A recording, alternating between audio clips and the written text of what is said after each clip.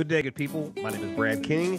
You're watching, listening to the Downtown Writers Jam video podcast, which is part of the Solid Listen podcast network. We are coming to you from deep inside the Jam bunker. And I have to tell you, I have been chomping at the bit to bring you today's episode because everybody I've told this book about has had this like, holy shit, how do I not know this? How have I not heard this story before? And I'm going to have the author, Jessica DuLong, on. Her book is called Saved at the Seawall. And here's why the story is interesting.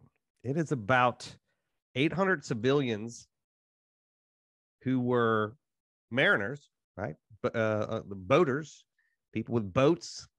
And during 9/11, they rescued somewhere between 400,000 and 500,000 civilians from ground zero.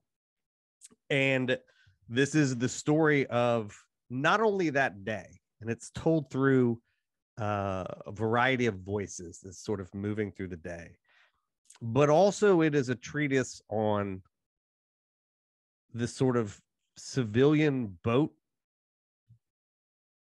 group that exists in America. And if you follow anytime a hurricane hits in the South, there's always the Navy. There's like the civilian Navy, all the boaters that go out and they're rescuing people.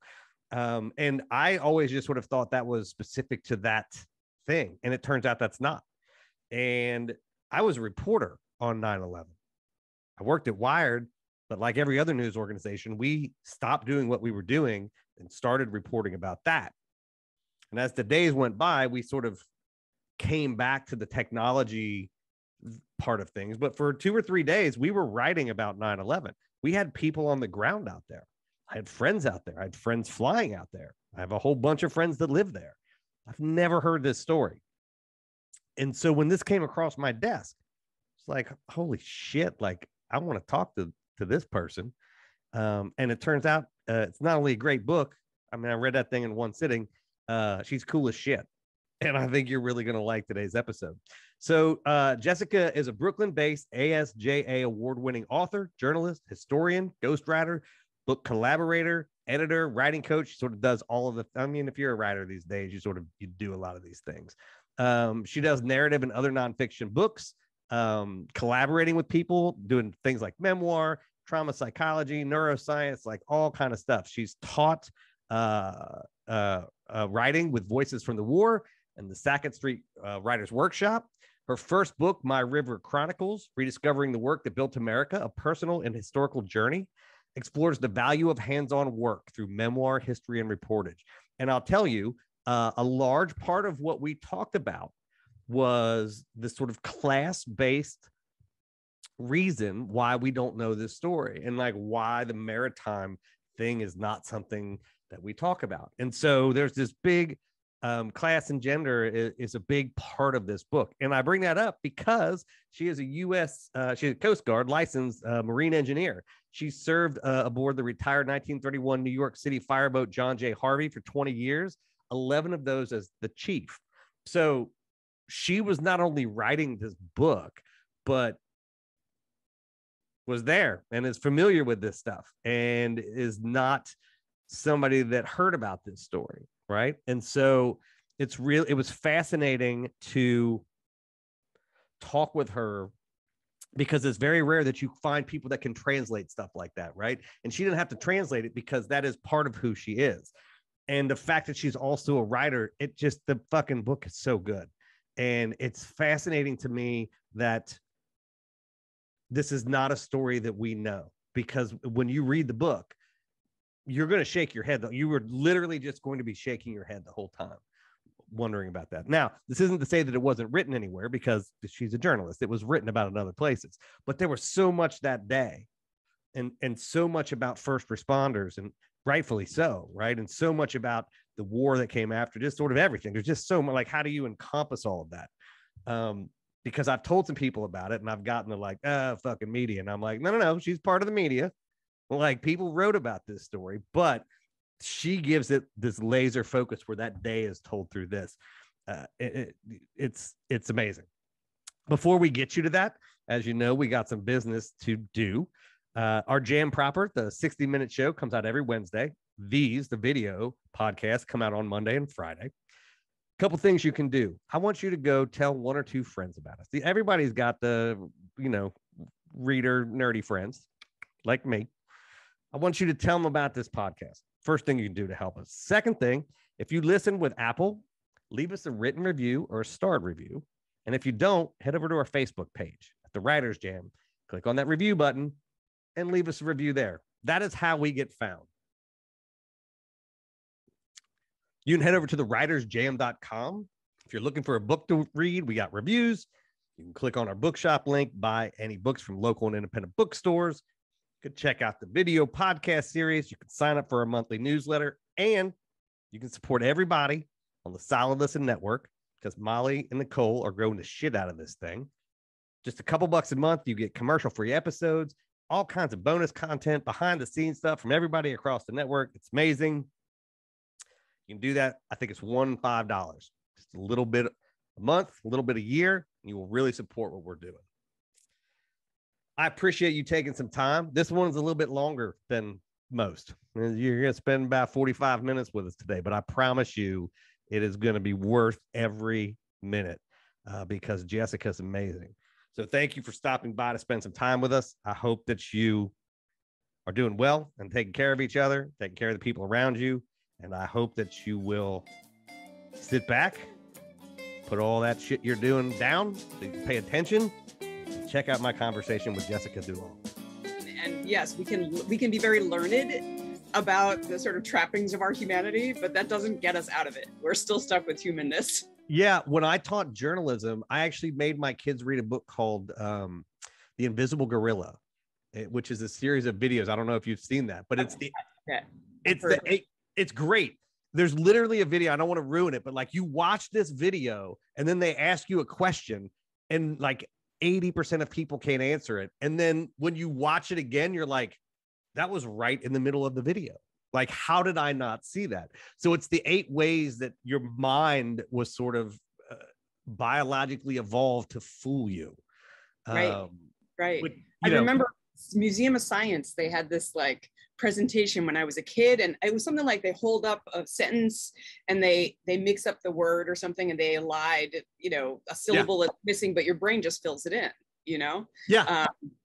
so just those examples are very telling. And it doesn't get us out of it to know it though. No. So I'm going to ruin the video now. Literally, there are kids passing a basketball and a guy in a gorilla suit walks past and they ask you there's a question like, what walked through? And you're like, what do you mean what walked through? And then you watch it again and you're like, how did I miss the gorilla? So I would tell my journalist kids, you ask a cop, what's the worst way to figure out what happened at a scene? And they'll tell you an eyewitness account. Yeah. Yes. Well, cops are also not great witnesses for a lot of accounts too. Right. But I just mean if you're talking to people in a traumatic situation, what you saw is oftentimes a tunneled version of what happened. Yeah, I don't know if you read Dan Barry's piece. It's really about the science around that recently. And it's about, what it means that we walk around with this slogan of never forget, never forget which part and which part, and how we're so invested in the identity of knowing where we were when we heard the news. And they've done research that shows huge percentage of people absolutely have reconstructed the narrative of where they were, unbeknownst to them, but they'll swear it's the truth. So, because memory is crazy.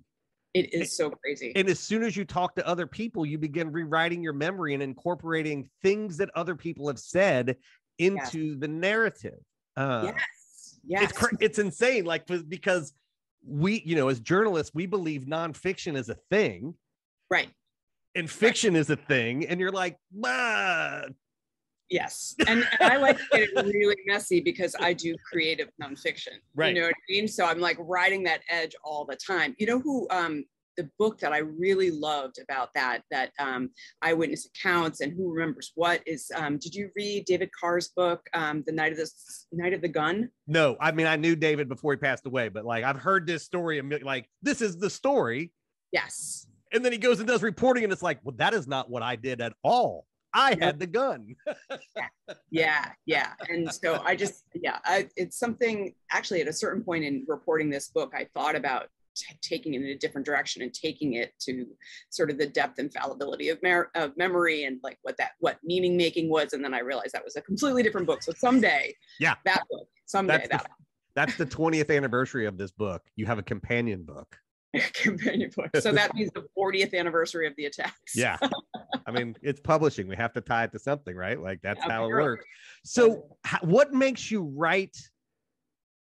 Like, how do you come across this story? Because I am amazed that this thing that was a massive maritime thing, and I was a journalist covering this, how do you find this? How does nobody know this? That's fascinating to me.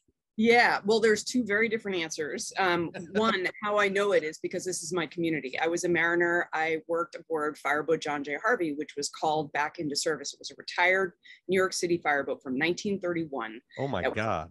Called back into service because the city needed its firefighting capacity because we pump river water.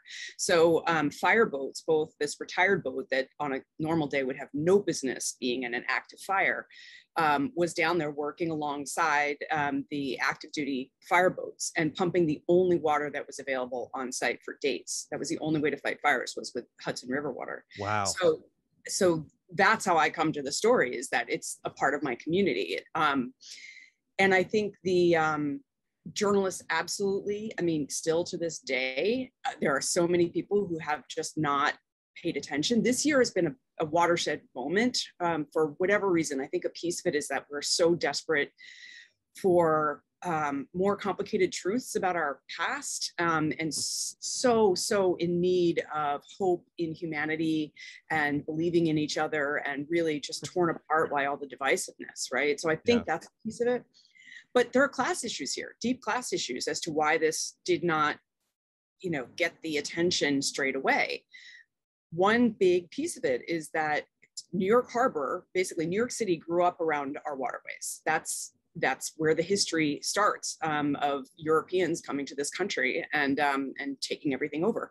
And the realities of the realities of that history and the working waterfront had so many repercussions in the hours on that morning of September 11th, but it also had so many repercussions in terms of the story not getting told, because we had this long legacy of turning our backs on the waterfront, denying that what happens in the port is so instrumental to our everyday. And it's, we could take a whole show to unpack it, but it's really interesting to me, the collisions with history and why that's the case. When you say class, you mean because I'm assuming most of the people that work there are working class.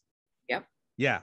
Yes. So absolutely. And my earlier book, My River Chronicles, Rediscovering the work that built America, is actually about the rise and fall of respect for craftsmanship and hands-on work. Yeah. And so I chronicled this change in New York Harbor using Hudson River as the lens. So I watched this country, after the fact, examining the history, watch the progression of turning our backs on the river, the waterways in all of the Port of New York, New Jersey, and taking it for granted, and also just the devaluing of any work that you might do that gets you dirty.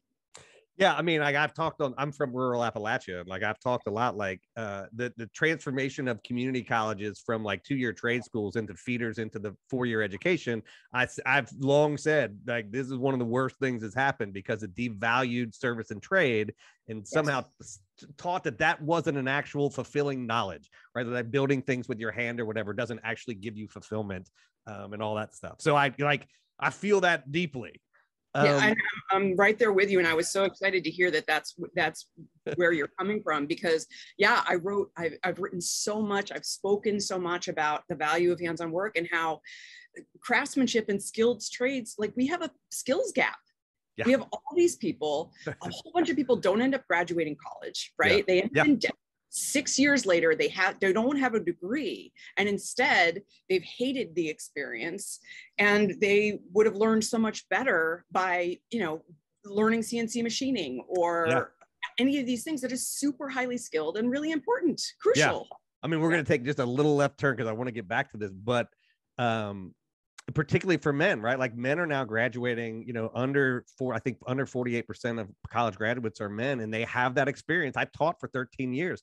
It is you both devalue knowledge when it is used as a weapon against you, or you don't feel included in it, right? So you see in a patriarchal structure, you see the bad things that start to happen when that happens, but also there's an empathy that comes with learning, whether it's learning a skilled trade or whatever. Like if you're an apprentice, like you can learn empathy not just through books, like you can learn it through lots of different ways. And if you are shunned from this thing, so now you devalue education and you don't have a compassion, bad shit starts to happen. And so I think that's really interesting that class plays such a big part of that story, because I mean, I rarely do research, but I was looking this up, that there were 800, how many people, there are 150 vessels.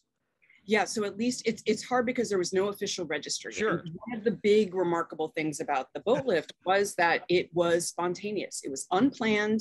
It was not orchestrated top down by any means, not until, so the first response starts happening at 8:46, 8:47 after the plane hits. Yeah. And then the first call from the Coast Guard in an orchestrated way comes at 10:45. Wow. So there's so much that has already gone on. It's this organic, evolving thing. And you end up with at least 150 boats and at least 800 mariners involved in this ad hoc, spontaneous, hey, let's just pull it together and make it work action. And it's just remarkable. How many people did they move that day? So there are a lot of different figures out there, and I did so much digging, and the best figures, and I have it all sourced in my endnotes, but the best figures are between 400,000 and 500,000 people. And that's why it's so amazing to me. Like that is, for that to just happen, as I was reading about this book and as I was sort of reading up on you, it feels very much like, is it connected? Like when the hurricanes hit down in the South, right? Like all of a sudden you get anybody with a boat just starts doing stuff and it's not really coordinated. Like this feels like this is this weird part of America that just sort of happens. I mean, happens because obviously these communities are talking about this and preparing outside of traditional structures of what we think about as first responders. Well, so yes and no. So now I think there's the Cajun Navy and these. That's what it's called. Yeah. And the miracle on the Hudson that happened later with the plane crashing into the Hudson, or being landed into the Hudson. That was Scully. Was that the Scully plane? Yes. Yeah. But so yes, these things happen. But my argument is not that people are getting together and planning it privately and not telling anybody about it. It's that instead it arises up. And there's a whole lot of really good disaster research out there. And some of the disaster researchers I learned a lot from really taught me that if you look over and over again, because of the way our infrastructure is set up and our government is set up, almost always the first responders are just regular everyday people. They're not people who have a special skill set to bring to disasters. That's almost always, they're the ones first. And so they also find that over and over again, contrary to all the negative news that you and I do our best to stop perpetuating, but we are journalists, right? Yeah. Contrary to the stories that we hear that are all about all the awful things that we do to each other, what you see in history and documented is that people actually go way out of their way, go to great lengths to pull up whatever they have available and help each other. And that's actually the default setting. That's really what I look to highlight with this book, is to tell that part of our history too, which is so important. Yeah, it's interesting because I was a trained teacher, and when you do classroom management, and this will come back together, they always say there's 10% of the kids that are going to learn whether you're there or not, 10% that have some kinds of disciplinary problems that extend outside, and the 80% in the middle are looking to see where you're spending your time and energy. Right? Because that's where they will go. That is how you manage a classroom. And I've often thought about that in the media, right? Like it's very easy to find the 2 people that are yelling, but if there's 40 people who aren't yelling and doing good stuff, like why is that not the thing? Right? Because everybody will move in that direction. Not that it's our job to move people in those directions, but it reflects a reality of what's actually going on. Well, it is our job to move in the direction of what's actually going on. That's what I mean. Right. Right. And so, Right. so like I think that a lot of times journalists, we build up this like false dichotomy, you know, with getting the other side of the story. But the other siderism. Yeah, there are just actual facts that exist, you know. Yes, definitely. Absolutely. How difficult, like, as you were reporting this story, because I've never done anything like this, but I've gone back and tried to recreate things from 30 years ago, particularly that aren't part of the official record. Like, how difficult was it to find those stories? Because it's just amazing to me that 500,000 people got transported by 180 ships. And as a reporter covering 9/11, I never heard any of that. I know, it's incredible. And there's no like alumni association that you can like look up the databases directory, right? And so the stories were collected organically. There was a dear friend of mine who's no longer with us, Captain John Doswell.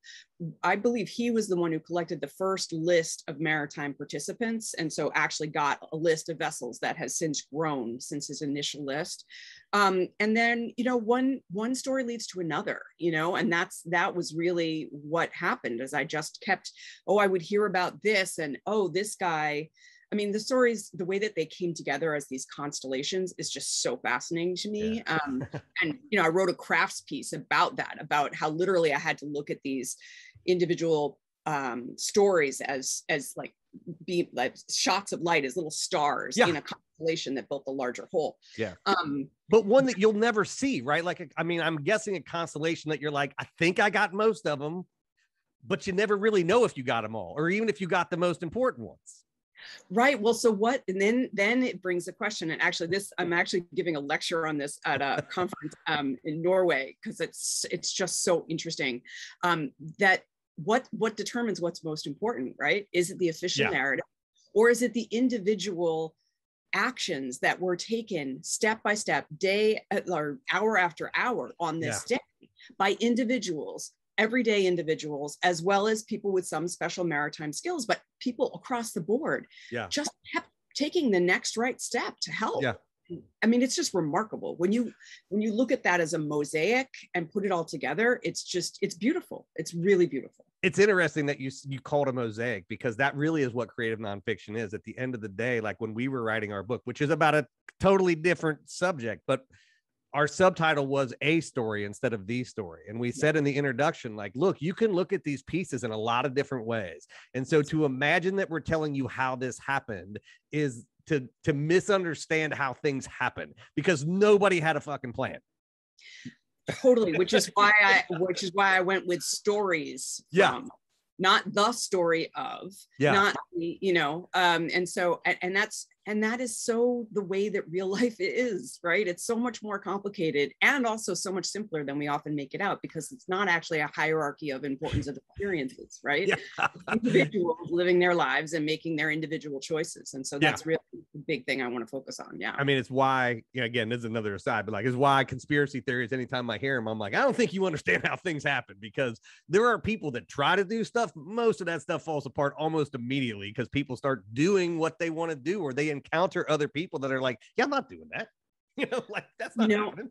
And what is so striking and terrifying is if you read Garrett Graff's work and his book, The Only Plane in the Sky, but he also wrote a piece, I think it was for The Atlantic, just recently for the anniversary. And he talked about the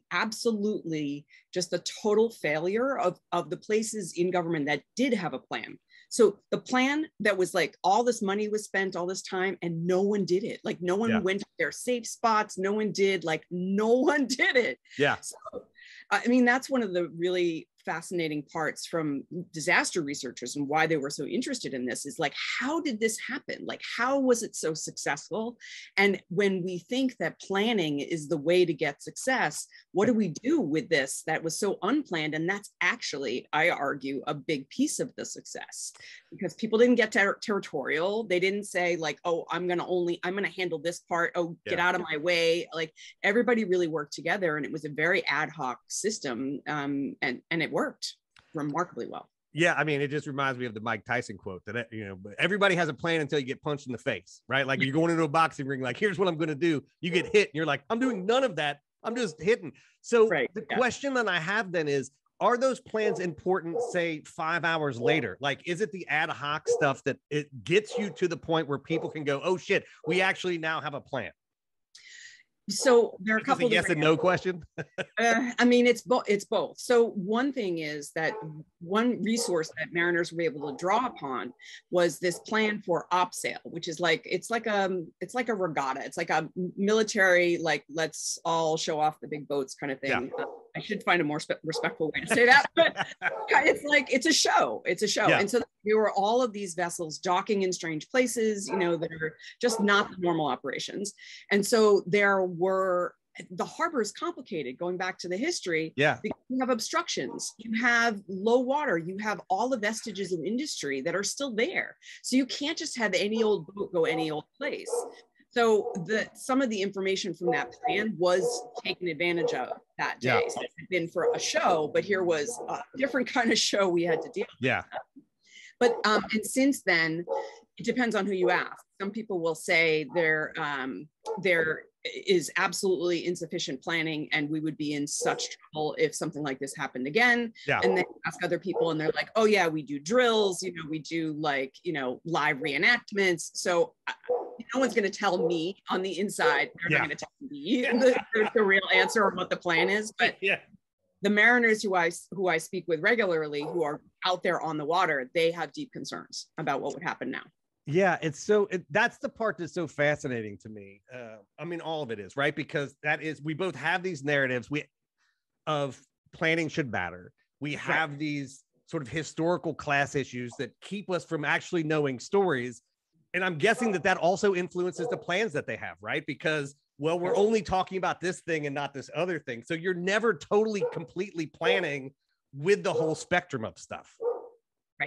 Right. And then there are the unknowns, because like you said, that first punch to the face, if it hits you in a way you weren't expecting, then, all the other pieces of that plan are going to fall apart. Yeah. So, and it always hits you the way you're not expecting, because you know how to not get hit in the ways you know how not to get hit.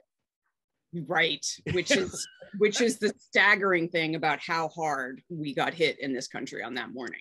I mean, I have written about it because, again, like I was covering, my cousins are firefighters. So like that day was really like for everybody else, but like literally I was supposed to be on a plane in New York. There was a conference that day. So like my friends were in the air, like it was crazy. Yeah. We were working out in the morning. We were out in California and the first plane hit. And I can't remember if it was before or after, but there had been a pitcher, a New York, a baseball player who had actually flown a small plane into a building, I think like a year or something before that. So the first plane hit and I was like, that's again. And it was the second one that I went and grabbed my colleagues and was like, I think we're at war. Yeah. And then all of a sudden you're just like, I don't even know what's happening. So even as a reporter recalling that day, I have specific recollections of like thinking about firefighters. Like when the building came down, I said to everybody in the newsroom, every firefighter in New York is dead. Like that was the thing that came out of my mouth. Thinking about the harbor, thinking about, oh, wow, it's waterways.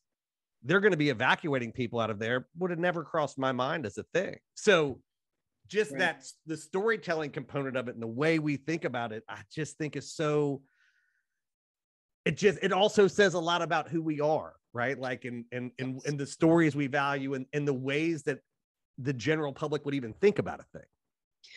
It's absolutely true. And, the power of story is so important. It's such a thread through all of this, because it's not only what drives decision-making, right? It's what narrative you believe, what you hold on to, but also the storytelling piece that's really interesting to me too, is the way that we manage trauma through stories that we tell. And actually the creation of narrative is a huge piece, a hugely important piece to how we can actually be the resilient creatures that we are. Yeah. And that narrative making process and how we understand other people in relationship to ourselves, all of that is so powerful in this context. It's really, it's endless too. Yeah. I mean, I'm in trauma therapy and I've talked with, as I interview writers, like we talk about trauma a lot in the ways in which it allows you to see things and allows you not to see things. And the things you block out because your body is just protecting you from those things. And again, like as writers and reporters, that is not a thing we talk about a lot, right? Like we sort of propose to the world that we are arbiters of what happened without explicitly talking about like, here's the reason I'm a working class kid. Like if anybody's going to know like where the class things are, like, but my family are firefighters. So that was what I was thinking about. It never crossed my mind in that traumatic moment to think anything other than that. Absolutely. No, it's so important. And, you know, I think I'm really seeing a shift in all of the culture in terms of recognizing trauma more, but specifically within journalism. I think there is a whole new energy and focus around understanding both how we can be better at engaging with people as sources when they've been through trauma, but also taking into account that this actually affects us because we are human. And, you know, you see the burnout levels, and it's really, really crucial. But there's really interesting stuff happening at the Dart Center, and there's so much work to be done, and there's so much interesting neuroscience. Next life, I'm absolutely going to be a neuroscientist so I can understand trauma better. Good luck with that. I feel like, you know, like this is like, again, in therapy, they're like, I mean, we try to reprocess stuff, and like I do the EMDR things, but like I've told people, there was not that I worked at Wired. I covered technology. Like it wasn't like I was seeing things, but I got a lot of friends in the media, and you know, when they're covering events, my friend Jackie Spinner covered she wrote a book called Tell 'Em I Didn't Cry. She was one of the embedded reporters in the first Iraq war. Like that shit has an impact on you that is not discussed, right? Like you come back and like, you still have to deal with what you saw. And I would think for people that covered 9/11, and even if you weren't covering it when it happened, going back and listening to those traumatic stories of what had to be sometimes horrific stuff. I mean, that becomes a part of your reality now. Yeah. And for me, it's basically meant that, you know, there is no hierarchy of pain and suffering. And that's not what I mean to suggest, but that there's an adaptive response, which is to close doors behind you and sort of seal stuff away. And I have been immersed in this stuff for 2 decades, and I've done other stuff too, but you know, I have been revisiting these stories for that entire time. And that has absolutely taken a toll. 100%, you know, I mean, and the fact that it also, you know, that could be just as a journalist, but the fact is that it's connected to my own issues from being down there, you know, and so you compile it. Yeah. And, you know, you did that. So it was like, you not only did it as a thing, so you probably felt those stories in a way different way than I would feel them, because that is literally part of the DNA of your life. Yeah. I mean, literally, right? They talk about, you know, us breathing in the DNA of other people. And I'm not sure where the science is of that, but at this point, but the science you feel in your body, they'll catch up with how we feel about that. But you know, the fact that there were my two roles, I sort of see myself as a bridge in this, because I felt a deep responsibility to history, to my maritime community, to document the story. And that was so much more important and overshadowed any reticence that I had to dig into this material and protect myself. I mean, but it took a while to get there, I will be honest. But I'll tell you that the fact that I was down there meant that people who had experienced being down there could talk to me in a way that they maybe would have had trouble talking to somebody else. And likewise, so that's like on the people who are evacuated side. But for the mariners, they were also able to talk to me because they could just speak boat, and I would follow them, and they wouldn't have to like be translating. And then I could translate it for readers. You know, they could just and tell their story. It's, you know, we always say on the show, like, writing isn't cathartic, right? Like it's not therapy. Therapy's therapy, you know, writing the story. But I think that there is something about being seen and being able to tell your story that allows you to get to that therapy, right? There is like, so giving people, it's like writing obituaries. Like that's the first thing we had to do in journalism school. And it was because like, look, people want to actually talk about those folks. What they don't want is for that stuff to be forgotten. If it's forgotten, then there was no point to it. And if there's a story to it, at least there was a point to it. And that, again, I'm not a doctor, I'm not any of that stuff, but that seems like a very powerful tool. So for you to be able to code switch between journalism, maritime, like all of that stuff allows people to be seen from lots of different areas. That was my whole goal. And to really, that bridge piece is really important. And it's really important, especially now when we're so divided, when, you know, I've written for CNN about, you know, the misconstruction of insurrectionists as rednecks, and like how these simplified stereotype narratives are so dangerous and so divisive. And so being able to recognize the humanity in all the people and recognize the full range of human emotions, and not divide people into heroes and everybody else, which is so dangerous. I really believe that is dangerous for us. And also not the way things happen. Again, like nobody wakes up and is like, I'm going to be heroic. Like nobody, I'm sure that day, nobody wanted to be doing the shit that they were doing. They did it because that they're humans, and they're like, that person is suffering. I can't live with myself if I don't do something.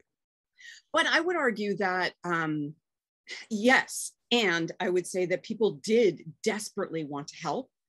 People all over really wanted to help. Yes. And so people in being able to, so many mariners said over and over again that they were privileged to be able to have something to contribute. And so there is that wanting in a way. No, I guess that's what I meant. Like nobody said like, I'm going to be heroic. They are people, and a thing happened and they're like, I can help. This is a thing I want to do. I don't give a shit who you are. You're a person. And I will not be able to also live with myself if I don't do what I know I can do. Like I've been in some traumatic situations. Like that has been the thought that's gone through my head. Like, I don't want to do this, but like, that sort of comes later. Like, what the fuck was I thinking? Like, that was really dangerous. But in the moment, you're like, I can do this, and there's nobody else here, so we're going to do it. Yes. And I think for some people that after that, like retrospective looking at what actually happened, I mean, some people it didn't penetrate at all in the moment. It was simple. It was just have boat, can run boat, people in trouble, get them off the island. I mean, people begging 10 deep along the seawall, begging for help. Jesus Christ. And people didn't, you know, a lot of mariners didn't even have that, like, oh, I'd rather be, but instead I will. Like there was no, that whole system was short-circuited, and instead they were all focused on helping. And just because this is just what humans do, you know, we use what we have to help each other. That's actually what we do more often than not. It's when other things get in the way that we get into, you know? Yeah. Well, I say this because I read books all the time, and like I read the books of everybody on the show. I fucking cannot wait to read this book, because it sounds, one, it's amazing to me that I don't know about it, and it was such a massive operation that was just sort of done by people. But two, as you said, like I think we're at a point. I mean, we've left Afghanistan, like we just had the 20th. Like there's distance enough away from that. The conversations some people were trying to have about this event and all of the things around it in America. I think we're now better equipped, weirdly, because of the pandemic, which allowed the Black Lives Matter and the sort of social justice movement to happen, where there's more people and more conversation. Not everybody loves it, but that people that don't, like the people that don't love it, don't get to stop that conversation anymore. And so I think this is really a timely way to look at, like, this is actually who we are. Like, we may be this other thing, but this thing is actually who we are. 100%. And I think that it's really important that we remember that this is our history. There's so much brutal history from the very first seconds of Europeans setting foot on this soil. That all needs to be contended with. That is really important, that there's this new reckoning among certain communities of people, of sort of recalibrating. This is really important. And it's also really important to remember this piece of who we are and who we can be. And we have that choice every single day. We have that choice. And we very often, like very rarely, are we going to be called upon to drive our boat straight toward the unknown hell that's unfolding on Manhattan Island over and over again on the darkest day in American history. Very few of us are going to have to confront that. But instead, what we have are these quotidian examples of we can make the right choice to help the person who's near us over and over again. Stock the free fridge that I have in my neighborhood in Brooklyn, you know, like over and over again, we have these small choices to do the right thing by each other. And that spreads, that's contagious. more than the Delta variant. Yeah. I mean, it's like anytime I talk to writers, young writers, I always tell them like life isn't the big stuff. The big stuff is easy to do. Like, not that that was easy, but like the big stuff you see coming. It's the little shit that you will forget about, that you won't pay attention to. And suddenly you'll find out you're not the person you want to be. And so when you're writing, you look for those little things, because those are the things that add up to what your life is. And I think that this is a really good, like, obviously this was a big, huge thing, but I'm guessing there's stories. So they're all going to be individual moments in time that were a series of little moments that happened in a big event. And those little moments in that big event is what I am really excited to read about, because that literally is the story of people. I'm so excited to hear what you think, because that's exactly how I approached it, was these tiny little droplets of color that over, pointillist painting basically, and then you step back and then you can see the image. That's exactly how I approached the narrative structure on this. So I'm really excited to see what you think. You'd have to, like, there's no other way you could write that. Like, no.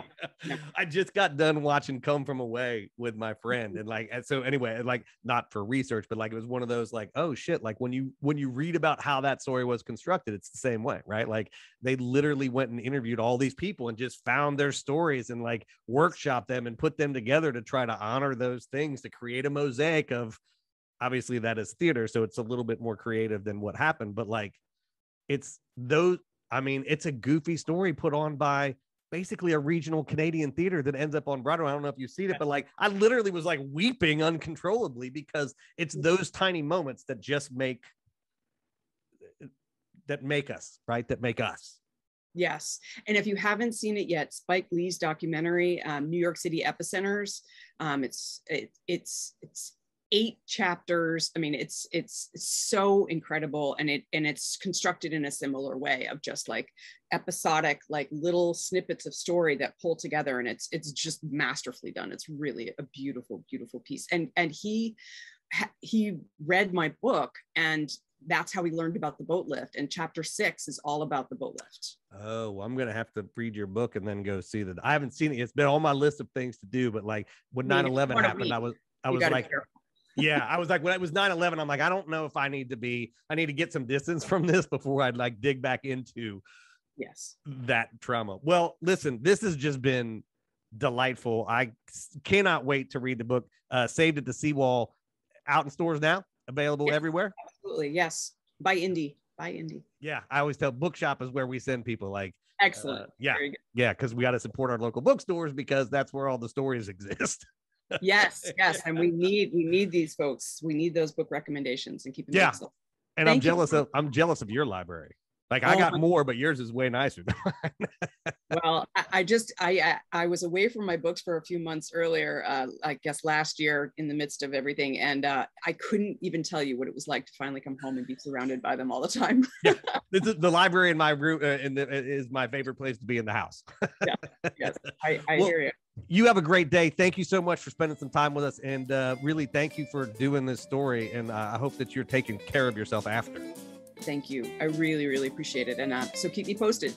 I will. Have a great day. You too. Take care. Y'all, I do not go hillbilly very often on this show, but that is what Keith Jackson used to call a good old good one. That was Jessica DuLong. Her book, Saved at the Seawall, is out right now.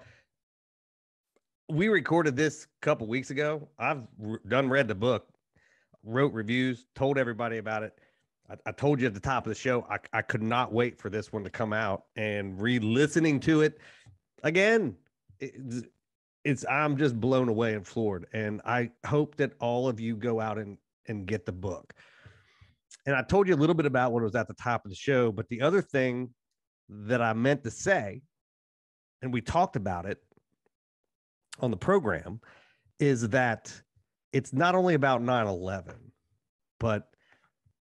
and she said that she really wanted the book to be about it. And I've read the book, and I can tell you the book is really about it, is the capacity for humans to do good in the face of bad. And we're at this inflection point in our country where it's sort of unclear how we're going to move forward through this. And I don't want to be dire, but it's an inflection point. We get to make a choice where we go next. And the book is such a stark reminder of living through that. And again, being a reporter, and I was on the treadmill when the second plane hit, and, dragged a colleague out of a class down to work. Was like, we're at war. And I remember the next week, I remember the next month, how that felt. And this book is just such a reminder of what we can do when we find a way past the bullshit that's here keeping us apart. I don't mean that we agree on everything. And I don't mean that we forgive people the shit that they do.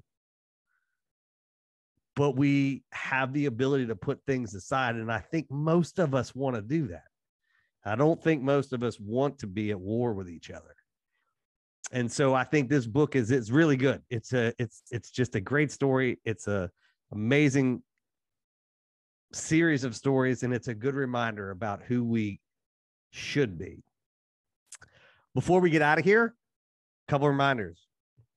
2 things I ask you to do at the top of the show. Go tell your friends about us. Find those readery friends of yours, those literary friends, people that always got their nose in a book. Tell them about this program. Leave us a review. If you're doing it at Apple Podcasts, leave us a star and a review. Otherwise, go to the Writers Jam. As soon as you're done listening to this at Facebook, go to the Writers Jam, click on that review button, and leave us a review. Don't forget to check out all of the other programs on the Solid Listen Podcast Network. Nicole and Molly are growing the shit out of this thing. The flagship Mother May I Sleep With podcast is hosted by Molly McAleer. It's fantastic. It's one of my guilty pleasures. Don't forget that our video podcasts come out every Monday and Friday on the Solid Listen Network YouTube channel. You can also catch the audio wherever you listen to the Downtown Writers Jam. You can also catch it at thewritersjam.com. Our primary show, the 60-minute long-form jam, is out on Wednesdays. And the surest way not to miss anything, wherever you listen to podcasts, just subscribe to us. You can always catch us on Twitter and Instagram. I'm out there messing around on Twitter all the time. So come on over and see us. And until the next time, I will see you around the internet.